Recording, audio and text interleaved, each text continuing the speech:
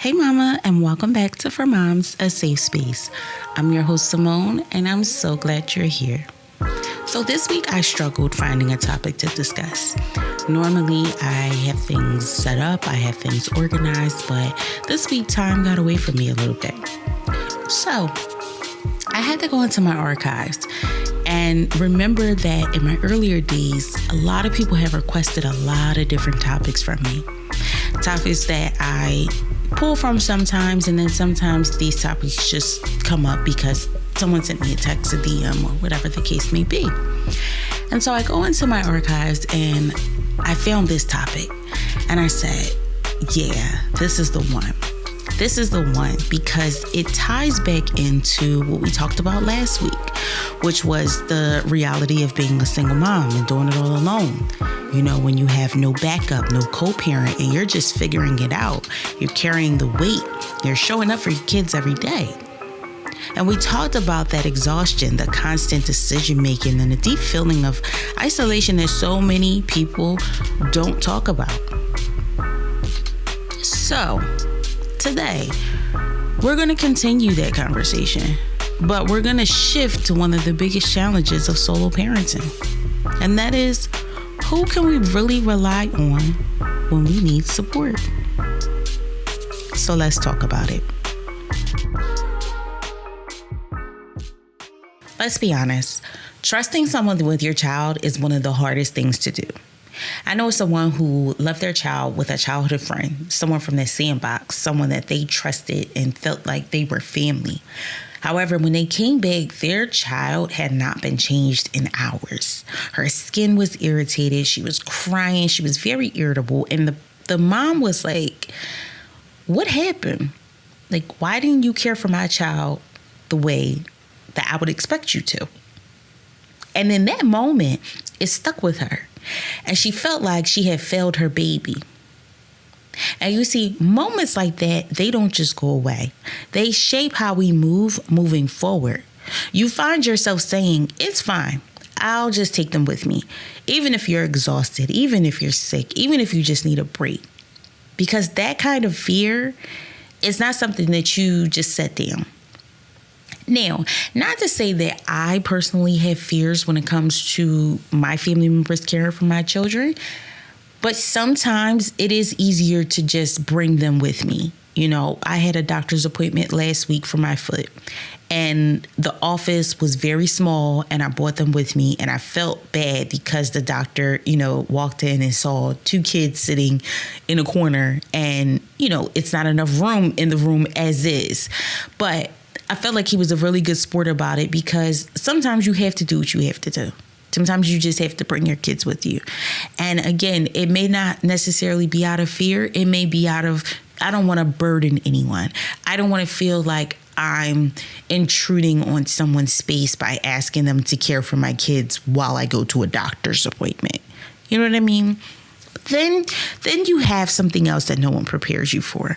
And that's finding safe, consistent childcare. Safe, consistent childcare. I never put my kids in a daycare. They have been with my mom. My mom owns her own daycare.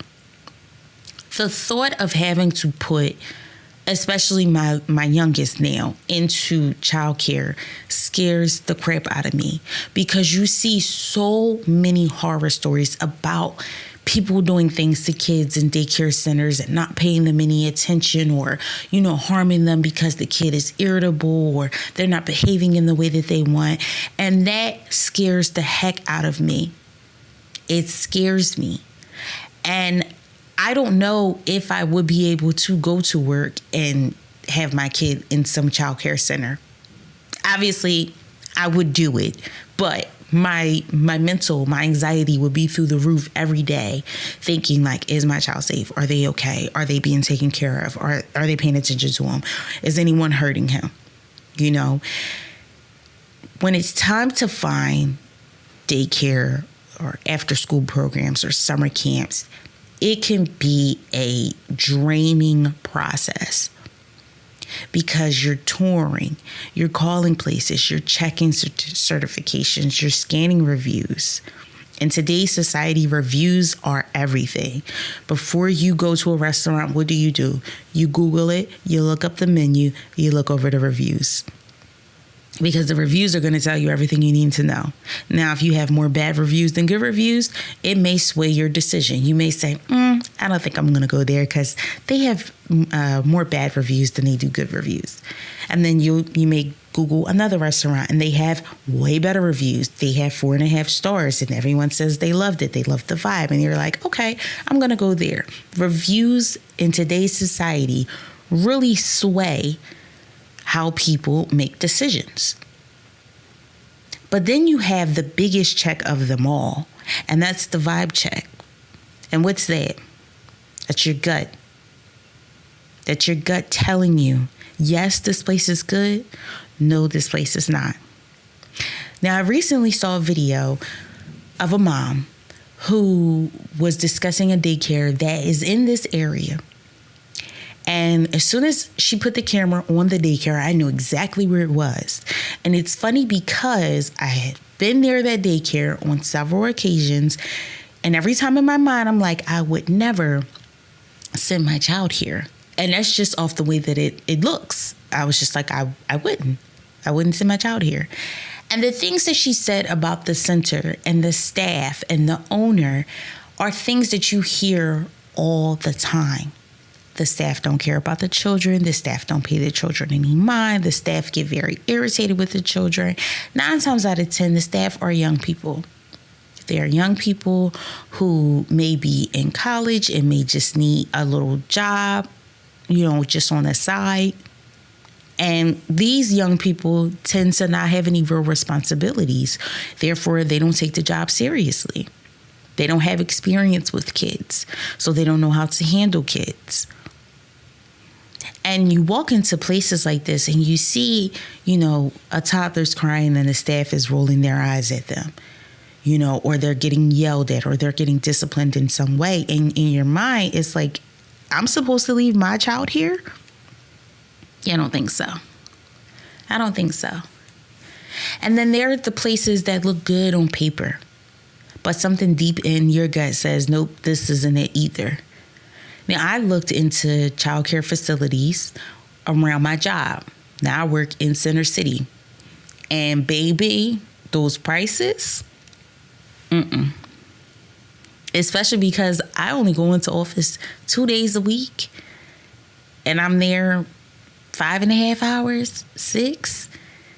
And this is what you want me to pay? Now, granted, on paper, beautiful. Have everything that I could think of that I would want in a child care center regarding my son, right? I have everything. But then you have the list of questions. Can I afford this every week? Top answer, no. No, I can't, because those prices for childcare are ridiculous. Are the teachers trained in trauma-informed care?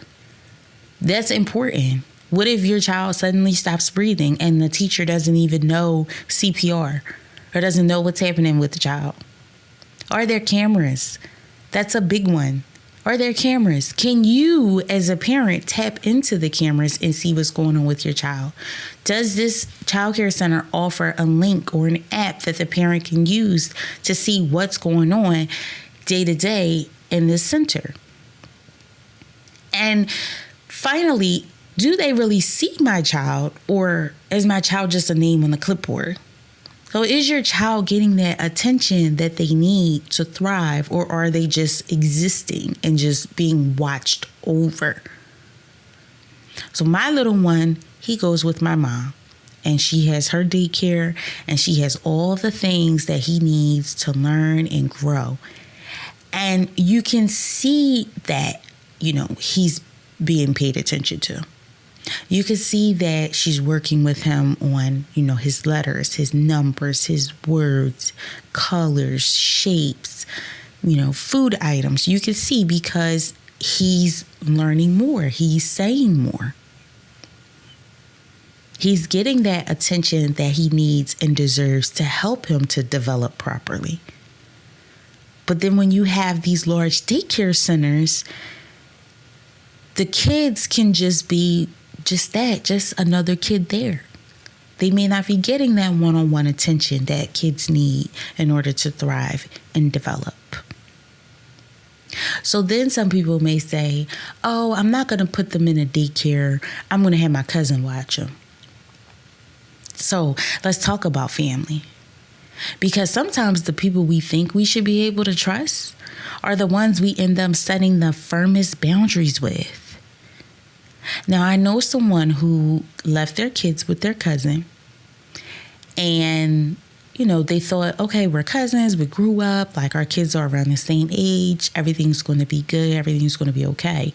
Well, their child ended up breaking their arm because the cousin was not paying attention, and the cousin's other child pushed that child down the steps. Now, I think that's a very crazy situation. I don't know how I would react as a mom. I don't know. I don't know how I would react. I don't know, put in a situation like that, what I would do. I guess we would find out what I'm capable of. But of course, now you're not going to leave your child with that cousin ever again, because look what happened. Your child ended up with a broken arm, and a broken arm is crazy when you think about it. Do you know like how hard you have to fall or be hit to break your arm? So now that person feels betrayed by their cousin. And now it's like, you will never be around my child again. And that right there, a family member, it speaks volumes. But understand, you don't owe anyone access to your child. Not just because they're blood, not because they raised you, not because they guilt trip you. If they don't respect your parenting, your child's boundaries, or your rules, they don't get the privilege of watching your child.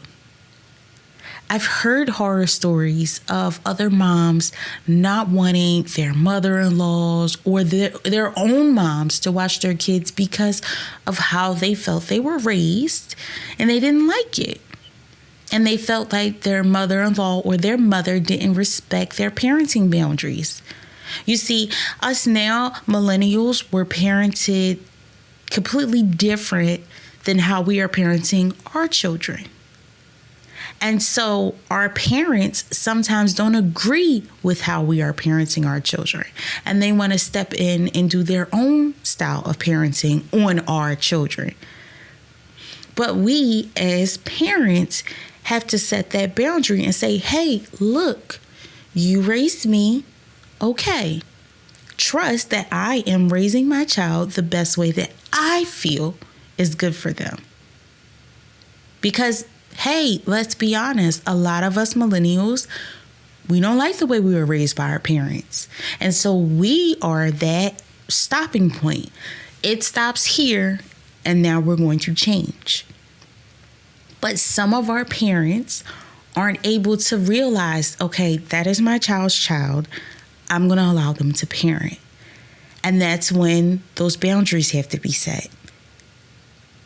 And it's unfortunate when you have to set those boundaries with your parent or your grandparent, or your sister, your aunt, your cousin, whomever you would think would be capable of watching your child.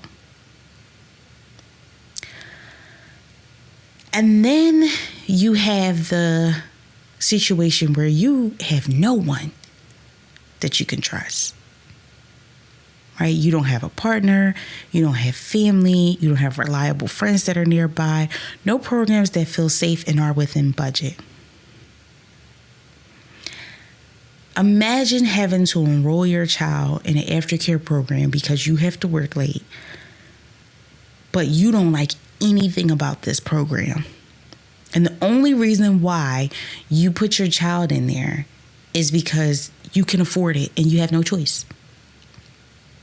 For some moms, that is a reality. And it's not because they don't care, but it's because they just have to survive. They just have to survive. It may feel like they're choosing their paycheck over peace, but honestly, in today's society, in today's economy, that may be something they have to do. And sometimes the system doesn't always offer better options. Sometimes that's what you have to do. You live here and there's a childcare center that's a few blocks away and it's on your way to work. It's not the greatest. It's not in the greatest neighborhood, but you know what? You can afford it. And it's not the worst of the worst. It's okay. You're doing the best you can with what you got, right? And you are not a bad mom. You are a mom who is making it work in a world that wasn't built with our kind of pressure in mind. So when we take the time to be selective about who our kids are around, we're teaching them more than safety. We're teaching them self-trust. If your child comes to you and says, I don't like being around this person. This person makes me feel uncomfortable. Listen to your child. Do not brush them off. Find out what is going on. Find out. Be there. Be their voice for them. And understand that the way you react in a situation like that is going to stay with your child forever. Whether you brushed them off or whether you stood by them and made the situation right. I know that we see those people who talk about, I told my mom that XYZ happened to me and she didn't believe me, and how it affects them as an adult. Think about that. You will allow your child to see that their feelings matter. Allow them to feel that their voice has been heard. And give them the confidence to know that you don't have to stay in spaces that make you uncomfortable. And that kind of trust turns into confidence. That's how we raise emotionally intelligent, self-aware kids. I always tell my oldest son, you tell me if anyone makes you feel uncomfortable. I don't care who it is. I don't care who the person is. If this person makes you feel uncomfortable, you let me know and I will handle the situation. Because the last thing I want is for my child to be around someone who does not make them feel comfortable. When you think about your little person, your child that's under 3, under 4, under 5, who can't really express themselves or, tell you, hey, this, and this happened to me.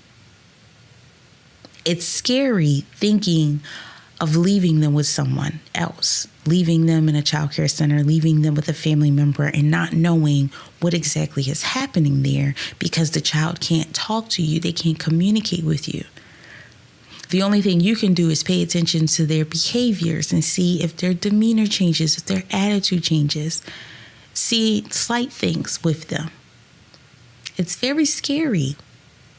The whole thought of just having to find someone to care for your child and knowing that they're not going to do it exactly the way that you do it, but just hoping that they're close enough that it makes you feel good. So, again, who can you trust with your kids? There might not be a perfect answer, but here's what I do know. It's okay to say no. It's okay to choose the harder road because your peace is worth more than your confidence. It's okay to protect your child even if it ruffles feathers. I know we've seen those videos online of, like I said, moms talking about more notoriously their mother-in-laws and that they don't feel comfortable leaving their child with their mother-in-law. And they have various reasons. I've heard all types of reasons. And every time I have felt like that's a valid reason. I wouldn't want to do that either.